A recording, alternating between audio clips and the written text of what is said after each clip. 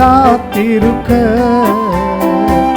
தூதர்கள் வானத்திலே தேவதேவனை துதித்தனரே.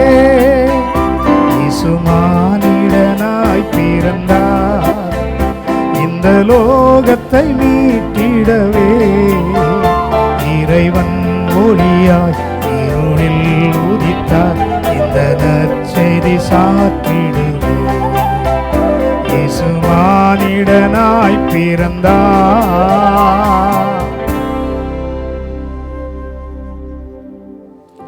நியாயாதிபதிகள் 13ஆம் அதிகாரம் 17ஆம் வசனம். Judges chapter 13 and verse 17.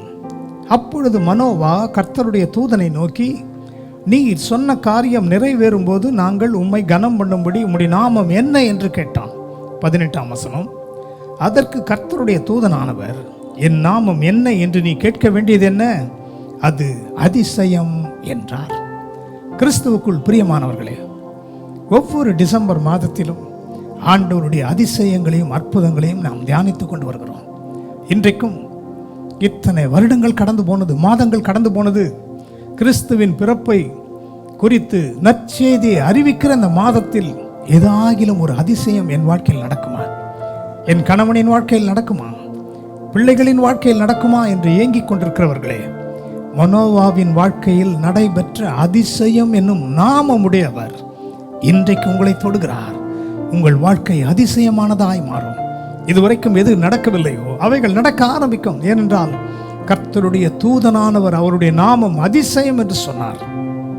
அவர் நாமம் அதிசயமானவர் என்பதை இன்றைக்கு உங்கள் குடும்பத்திலே அவர் நிரூபித்து காட்ட விரும்புகிறார். ஜெபிக்கலாம். மகிமையின் பரலோக பிதாவே, அதிசயம் என்னும் நாமமுடையவரே, இந்த சத்தத்தை கேட்டுக்கொண்டிருக்கிற ஒவ்வொரு குடும்பங்களிலும் நீர் பலவிதமான அதிசயங்களை செய்து நீர் நிரூபித்து காட்டுகிறதற்காக ஸ்தோத்திரம். ஏனென்றால் நீர் ஜீவனுள்ளவர், நீர் ஜீவிக்கிற தேவன், நேற்றும் இன்றும் என்றும் மாறாதவர். நம்முடைய வல்லமை இந்த மாதத்தில் நம்முடைய பிள்ளைகளுடைய வாழ்க்கையில் கட்டவிழ்த்து விடப்படுவதாக. ஜீவனுள்ள சாட்சிகளாய் நிறுத்துவீராக. மீட்பர் இயேசுவின் மூலம் ஜெபிக்கிறோம் நல்ல பிதாவே, ஆமென்.